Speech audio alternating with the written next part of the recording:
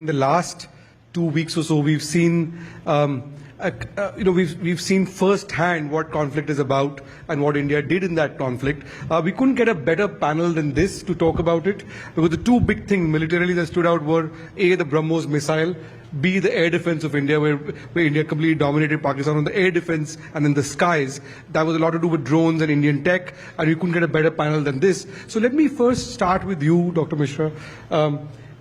You are one of the key architects of the BrahMos missile.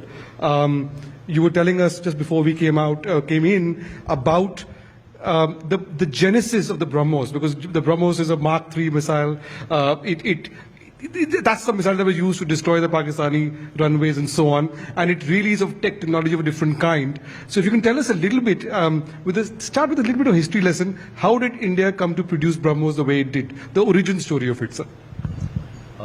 Thank you, Nalin. In fact, the story of BrahMos started in 1993.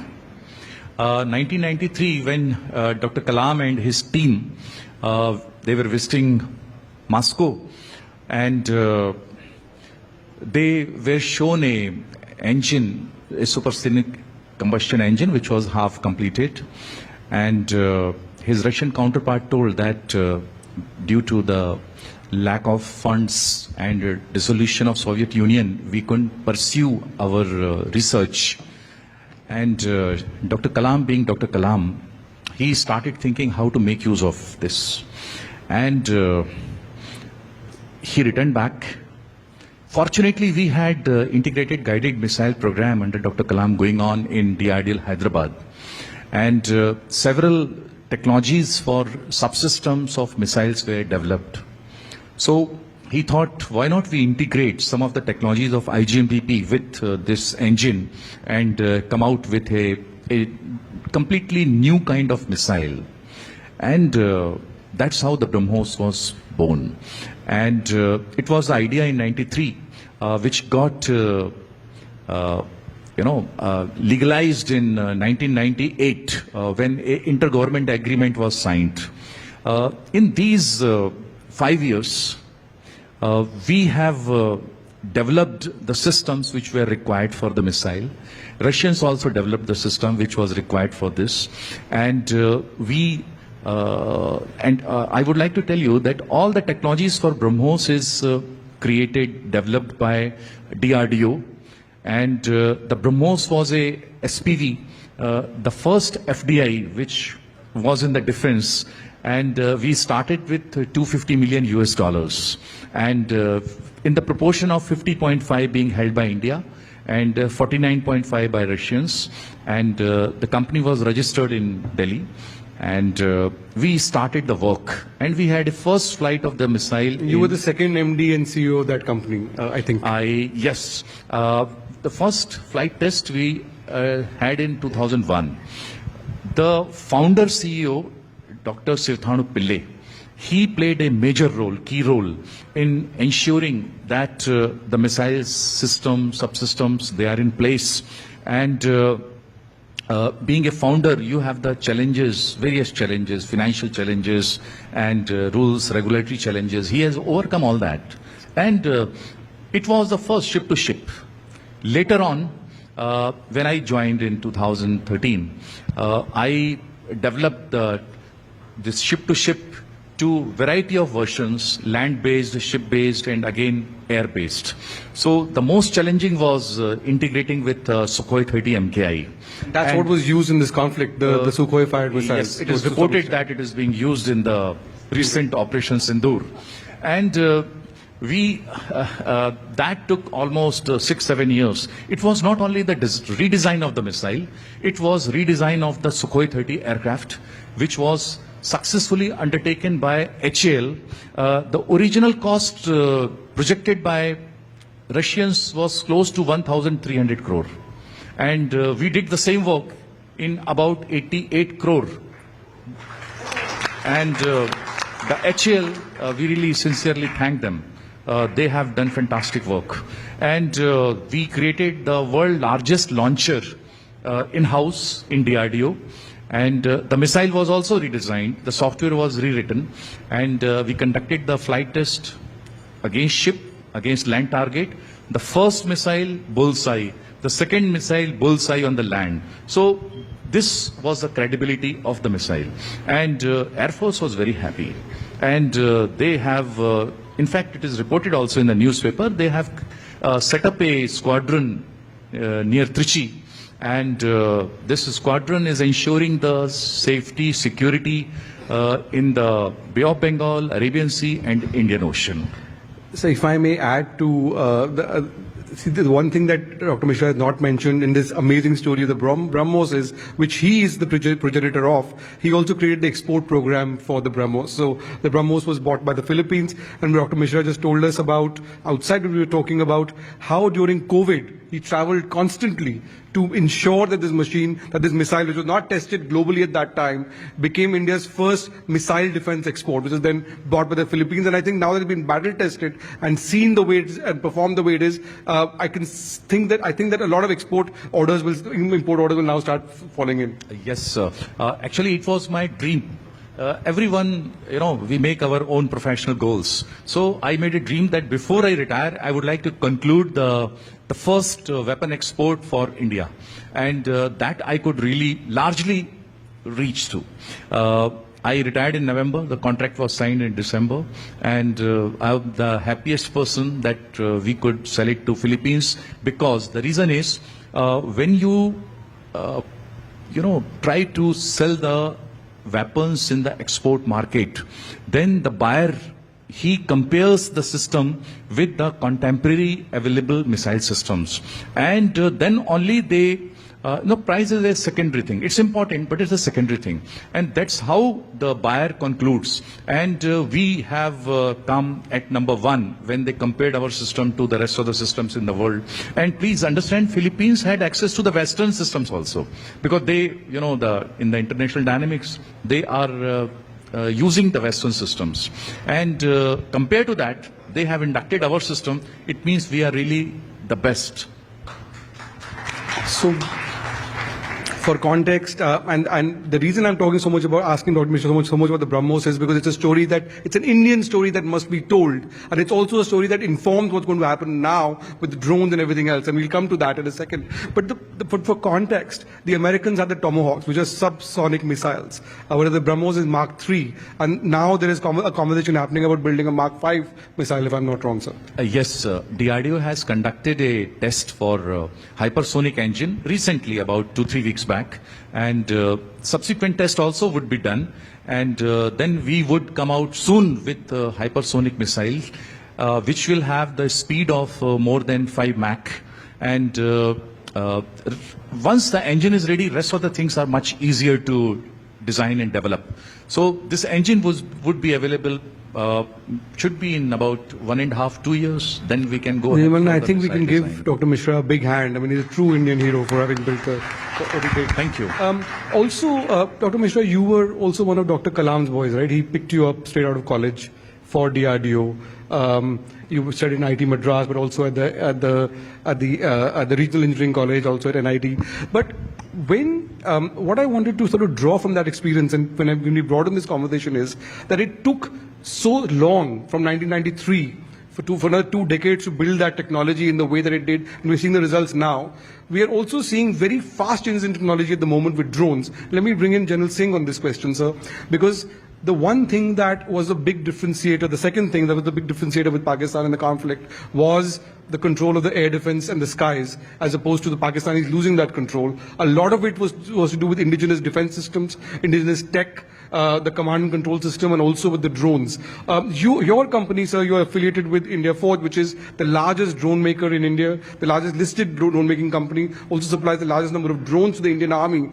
So a lot of our protection came from the drones that your company was, for example, supplying. Can you tell us how did this, because the defense services generally are very resistant to change, right? So how did this whole transformation happen, and what made the difference between us and the Pakistani forces in terms of new tech this time?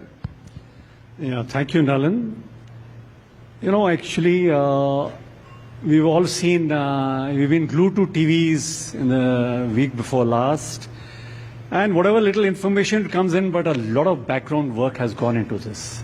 Let me tell you that as far as drones are concerned as a revolutionary in military warfare, India has been very much alive over the last decade or so.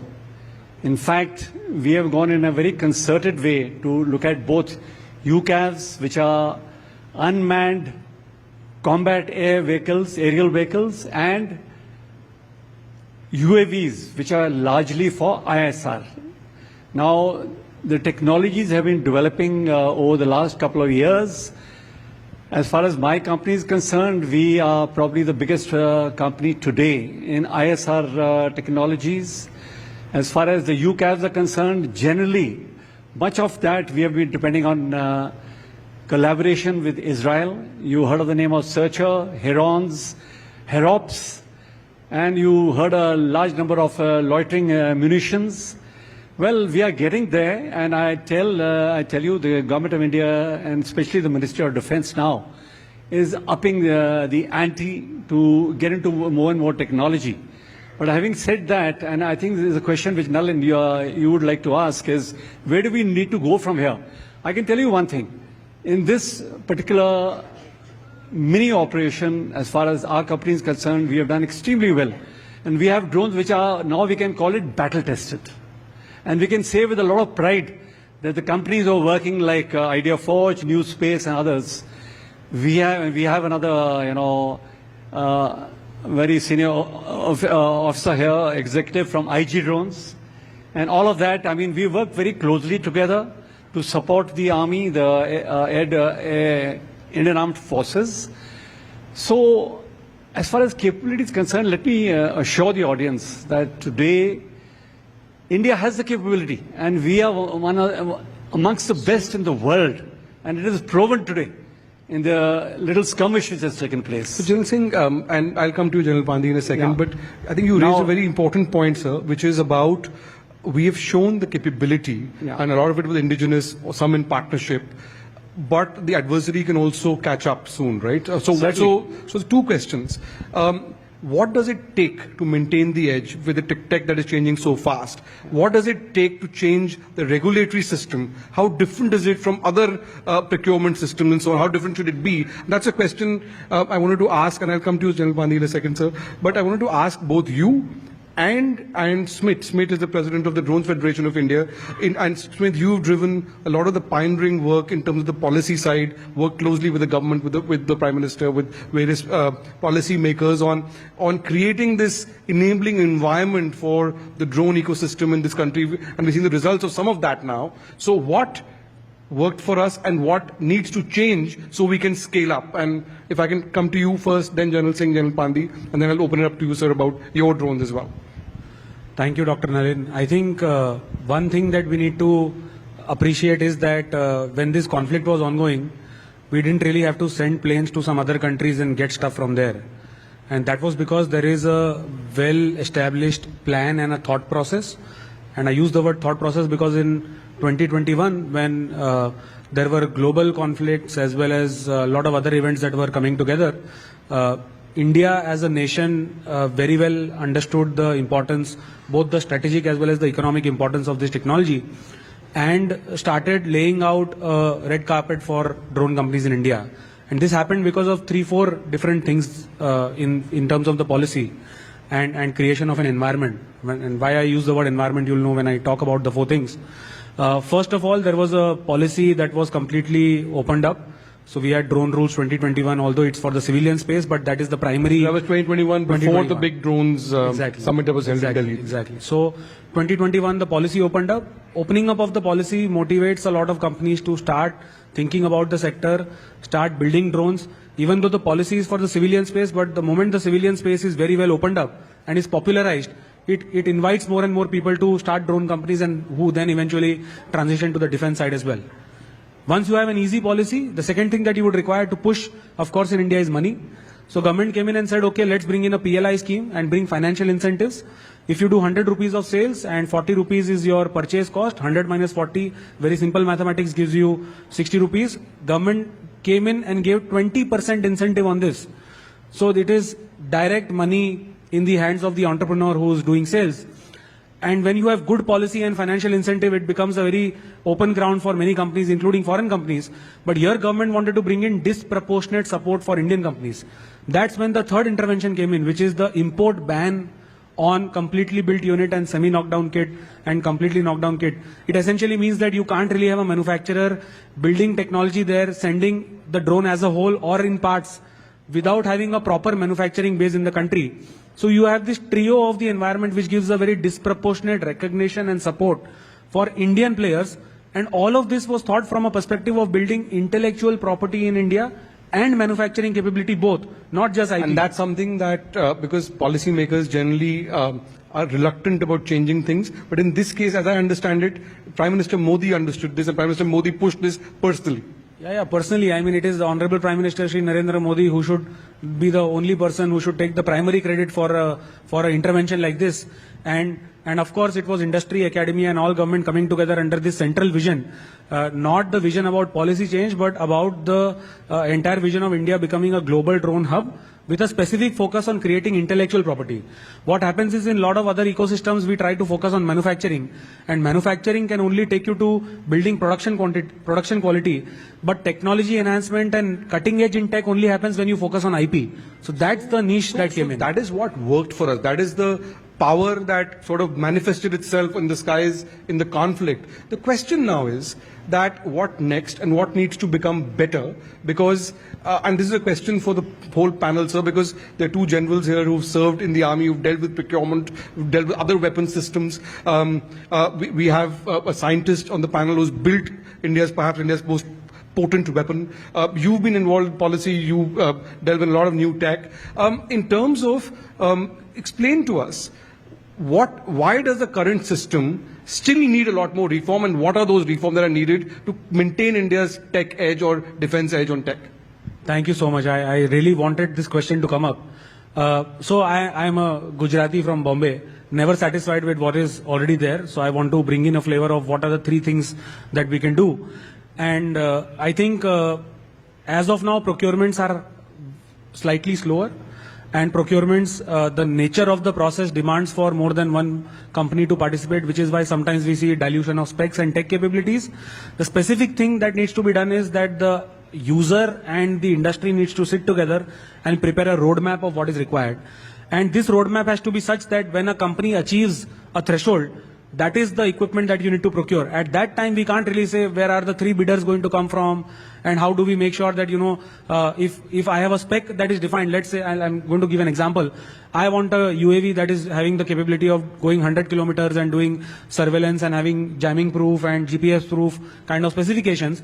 This roadmap has to, ascertain that when a company achieves this, the next thing is going to be an order.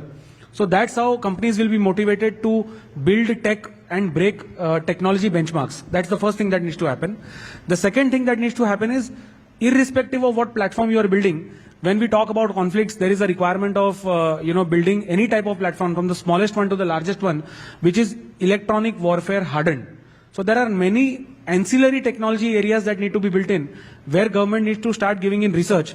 The outcome will not be a platform that can be procured by the defense forces, but it is going to be a lot of ancillary technologies like GPS jamming, proof navigation, vision-based navigation, RF communication jamming proof, sort of technologies, and many other types of niche technologies, which I don't want to name on a public platform right now, but these will be an input for the top 20 drone companies that are anyways building platforms. So that is the second thing that we need to work on. And third and the most important thing, sorry, I'm just taking a little bit more time, is that we need to start planning for fast-track procurement. We can't really be running around on finding a potential solution when there is a conflict. What happens right now is you have 1.5 months of 1.5 years of product development, then 1.5 years of delivery.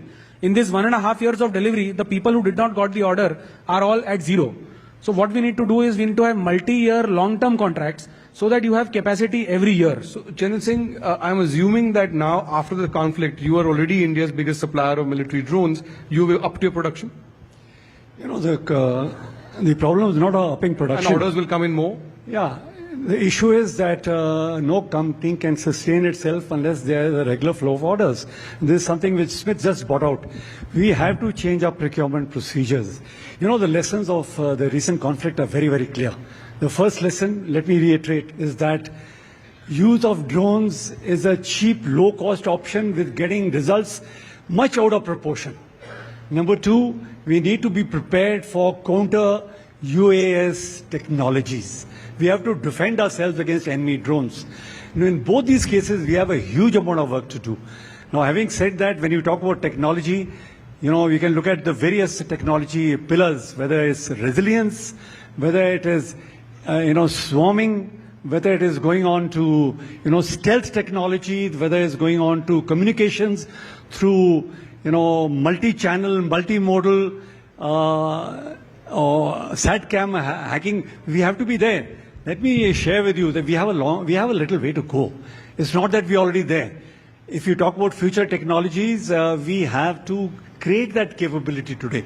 It won't happen in the bring in current General state. Pandey, sir. You've not spoken so far.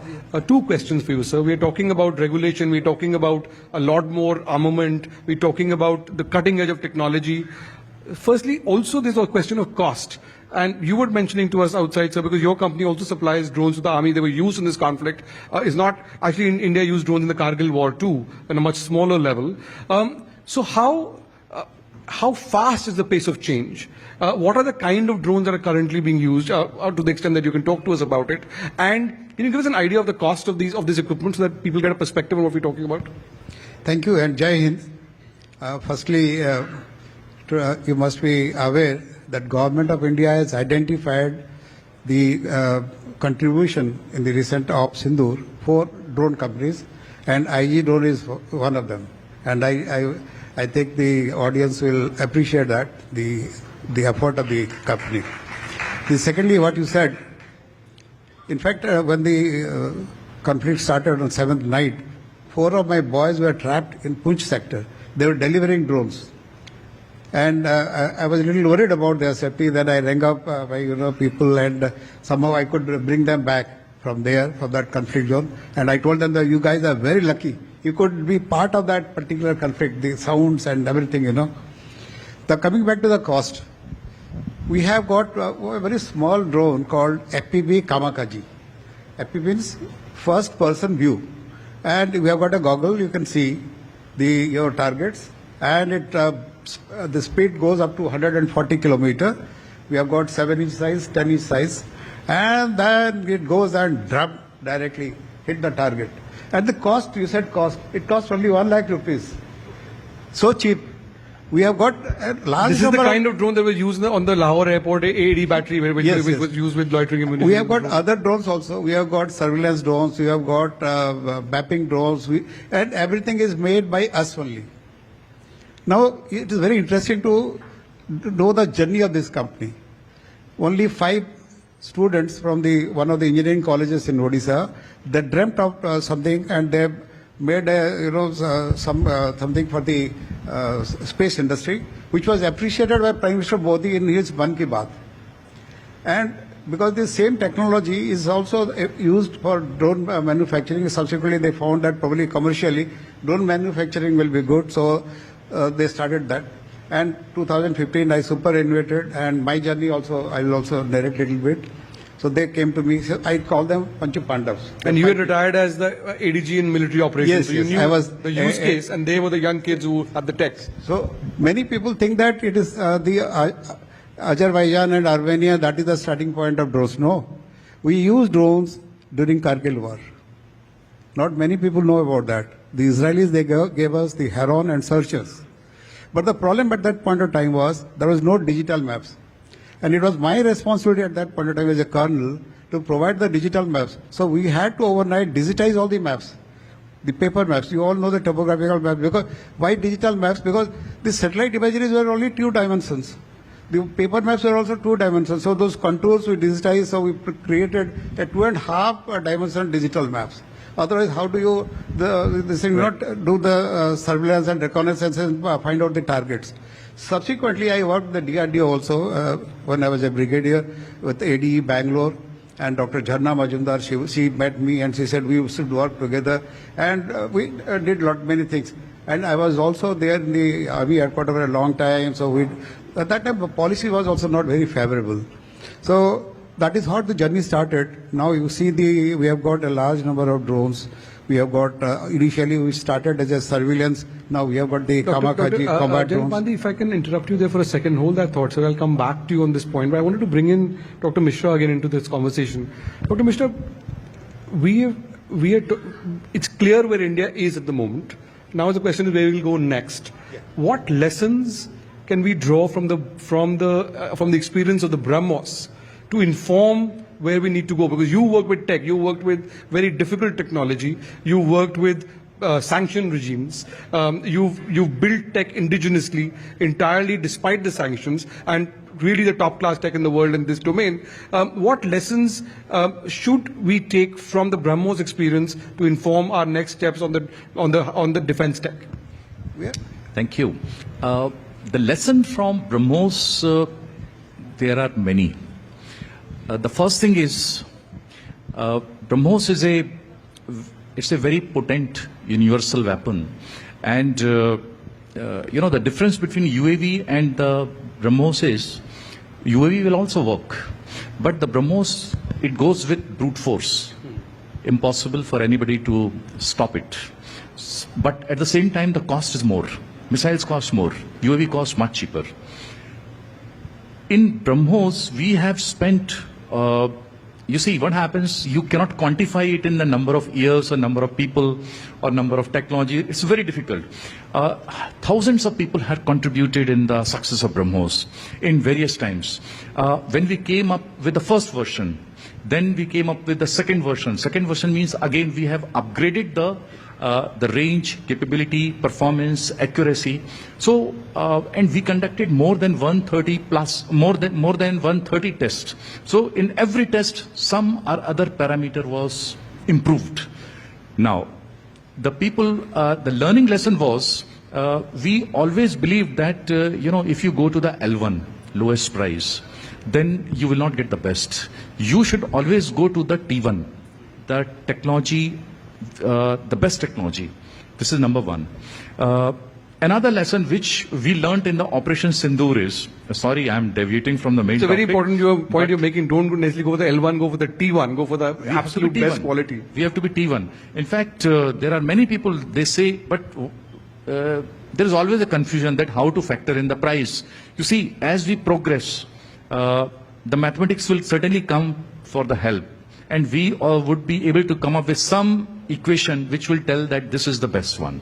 So we should consider technology also as very important thing. Coming to the Operation Sindoor, we are very happy that Indian systems, not only Akash and BrahMos, but electronic warfare, communication, ammunition, our Indian-made ammunition, and Indian-made radars, our AVAX, Netra, they all have been used sometime in the foreground, sometime in the background. And they've been used against Chinese tech, against American tech, yes. And they've triumphed. So now it has given huge confidence to our armed forces that yes, Indian system, they work, they deliver, and they are state of the art. Because in the conflict, we were not fighting with Pakistan. Please, don't think that. We were fighting with Pakistan, China, Turkey, and Azerbaijan.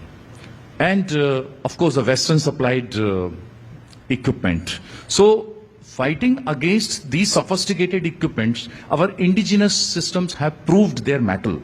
And we feel that now we will be getting more and more Indian designed, developed. You see, I'm not talking only about DRDO. DRDO is, it's a leader in the defense technology, but there are so many leaders in the niche technologies.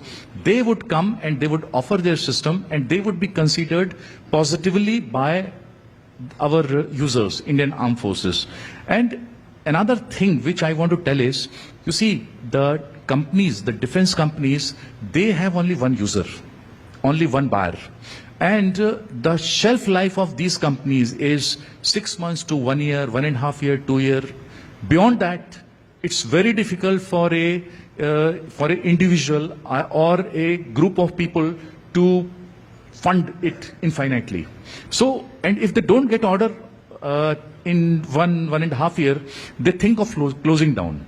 And people do the funding. You see, when we talk about that, if the technology is good, many funds would be available, but it doesn't happen in the practical life. So, if something should be done, it should be done when the company is young, when it is in its infancy. So then we would be able to become the leader in the defense technology. I'm talking about the world, global leader.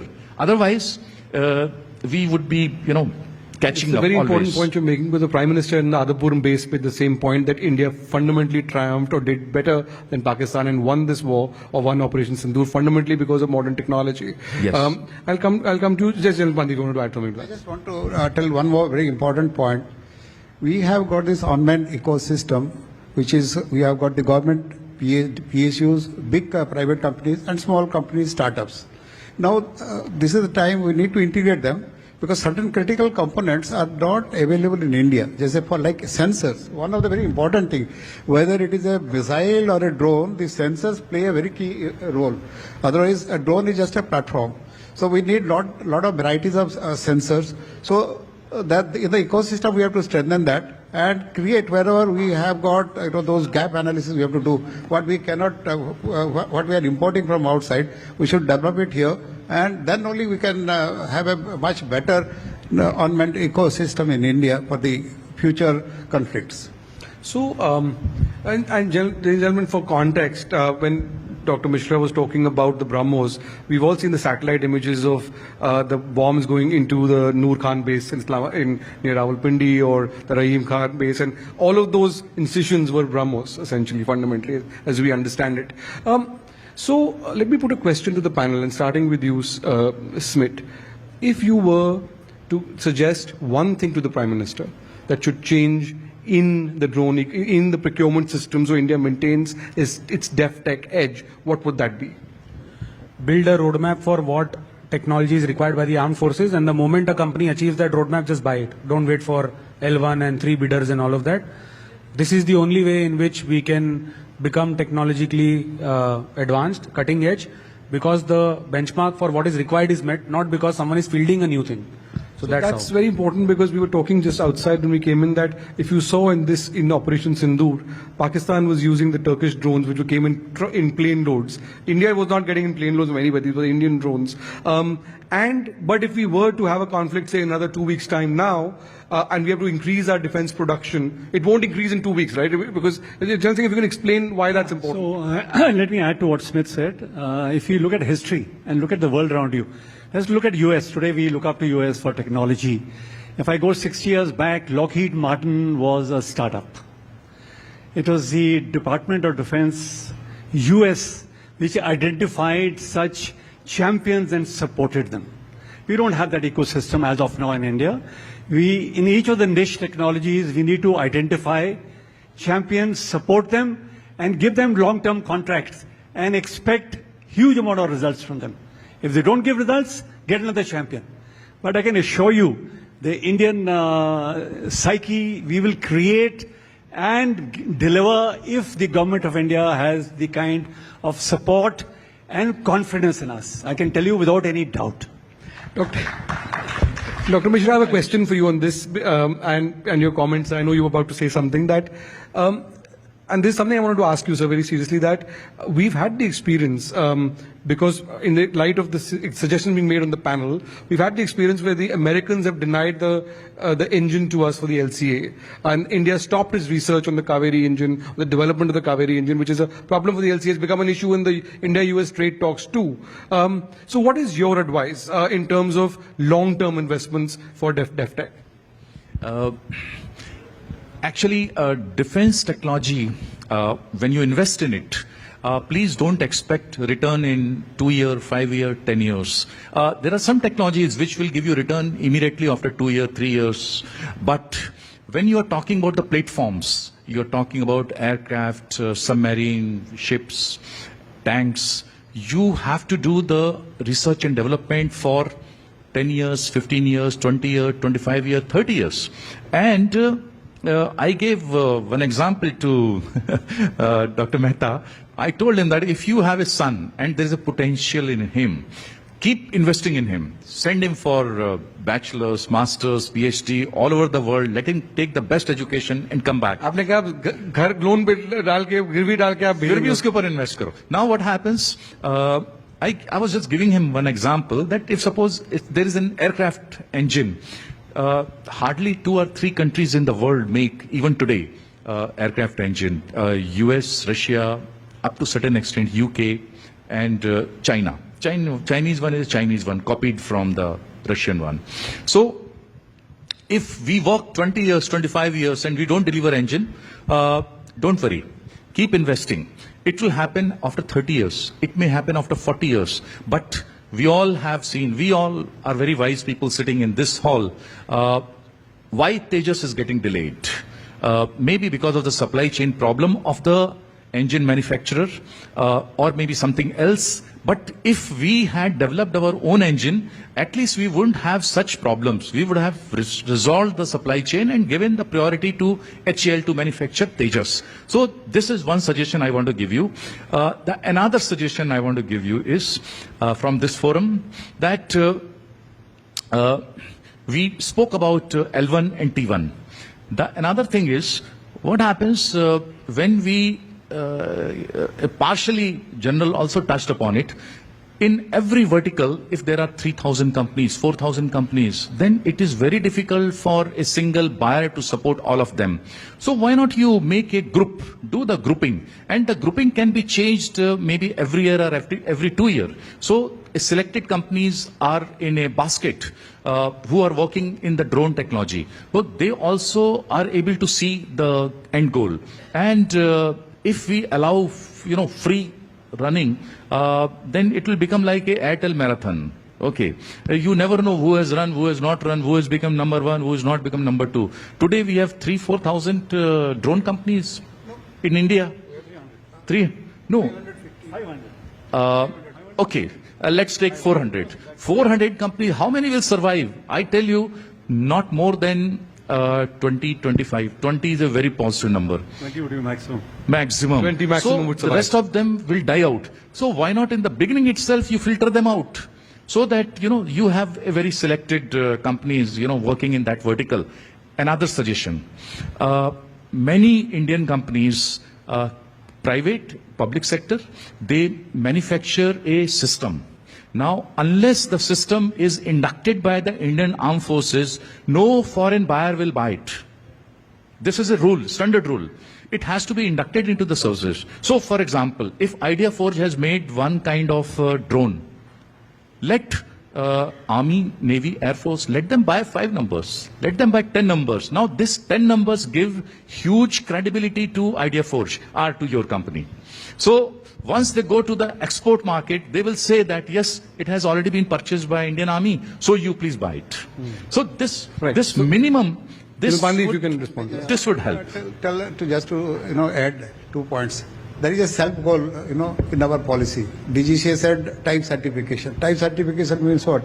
So one particular model you are freezing, but in technological innovation, next day we have got a new product. So thanks that Indian Army don't follow the type certification thing. In the civil sector they are suffering because all government tenders they will have a type certification of DGCA for that particular kind of thing. So many companies they are not able to participate.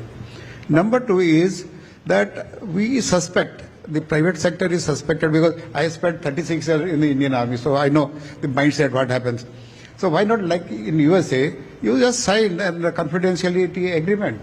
So that whenever I long-term agreements. Yeah, I will sign. I'm an Indian after all, and everything is there. So if I violate or do any security violation or anything kind of, you can put me behind the bar. So let me widen the conversation a little bit and split. So one thing is we talk about procurement from government and so on, but after this equipment being battle tested, after the performance we are seeing, do you expect a widening of the private spending, private funding in this sphere? How do you see that going? And also, where do you see our technological progress at the moment vis-a-vis the Chinese? See, whereas it's about funding, there were only 3 things that worked in this conflict: BrahMos, drones, counter drone. You can't invest in BrahMos, of course.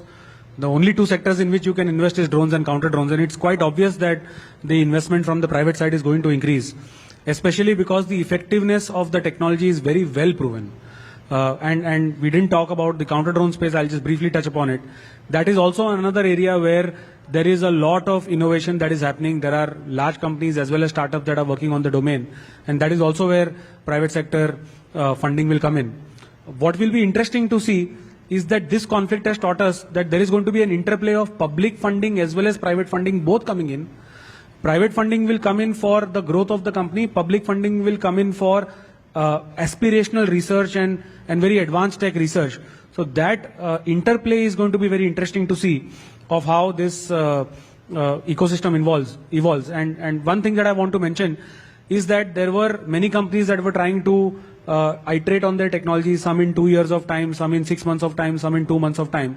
I'm very happy to report to this audience and the viewers that there are a few companies that iterated and improved their platforms in even less than 1 week. So sometimes conflicts really do accelerate technology development and kick that last thing that is required. So, General Singh, as the biggest private maker of Indian drones in the military space, with your company, so there is also issues around. There were issues, say, a few months back about Chinese components in drone, things like that, where something was reported. Now, what do you think is the big technological challenge that you guys face when you're developing new tech? I think the Chinese component was more of a red herring, to tell you the truth, and I must put the record straight. In fact, this is one company which is, we talk about Make in India, this is designed in India. One of the very few companies from bottoms up, they've designed everything in India.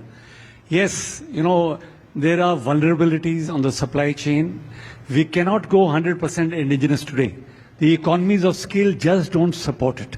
And Smith will bear me out today. We don't have enough indigenous, vendors who can supply all the components. We have to depend on beyond the market, But what is important is, and countries which are inimical to us, I don't have to name them here. We certainly don't want to deal with them in terms of components, systems, subsystems. That's very important. Now, as far as we are concerned, we have started now going, we're not reinventing the wheel for everything. We have realized that we have to leapfrog. How do we leapfrog? We have to do collaboration.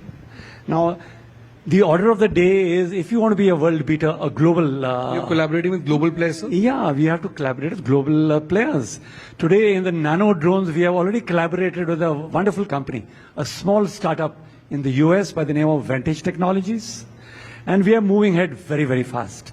On the other side, Smith mentioned, we are talking about resilience in operating in GNSS denied environment. And that is the future of the day. We can't have our drones being hacked or spoofed.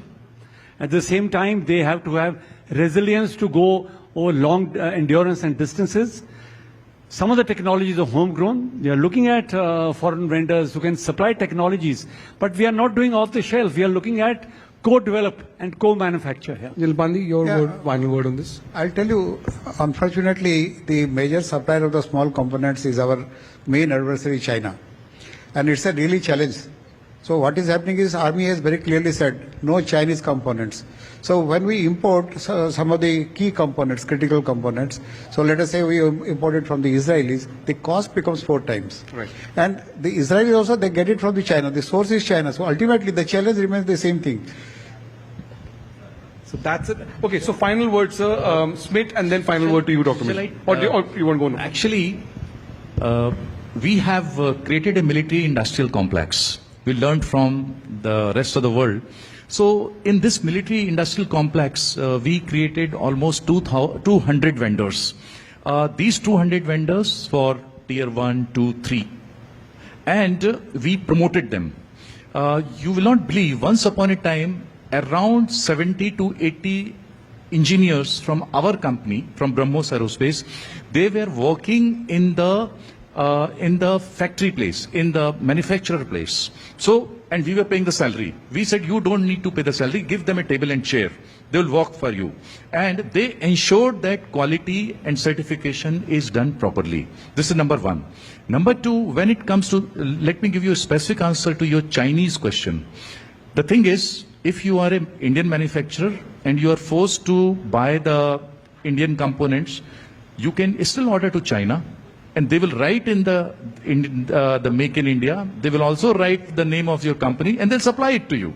So what happens? The solution is we should have our own military industrial complex, the way we have airport hotel complex, the way we have aerospace park, the way we have software park. The same way the government has to focus on the military industrial complex.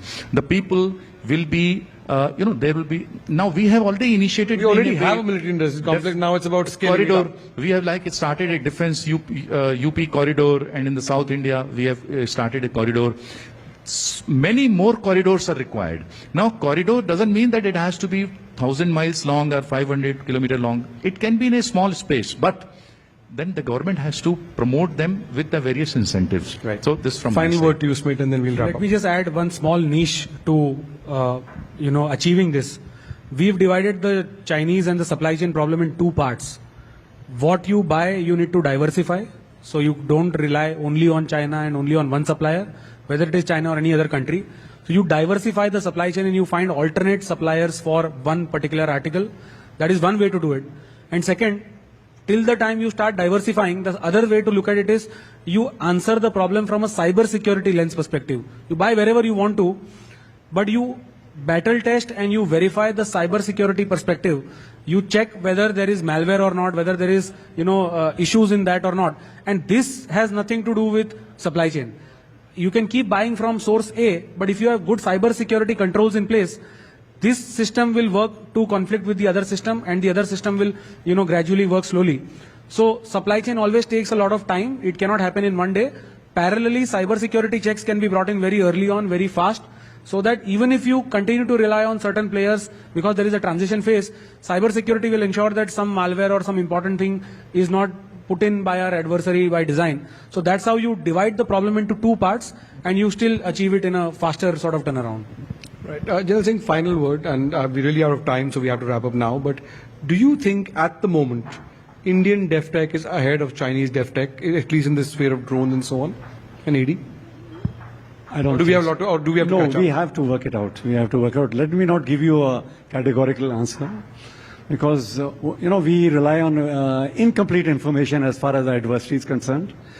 But they have also moved on. Let me tell you. But at the same time, I think there's huge capability in our market. I think the government now earlier was totally depending on the public sectors. Now we've gone beyond the public sectors. We've started having more and more faith in the private sector. The private sector has to match up. I think the private sector is always looking for a business case all the time, and maybe rightly so. But having said that, I think let me just not commit on that. Well, ladies and gentlemen, I think we do have a military industrial complex in this country. These gentlemen here are the past, present, and the future of it. Big hand to them. Thank you very much.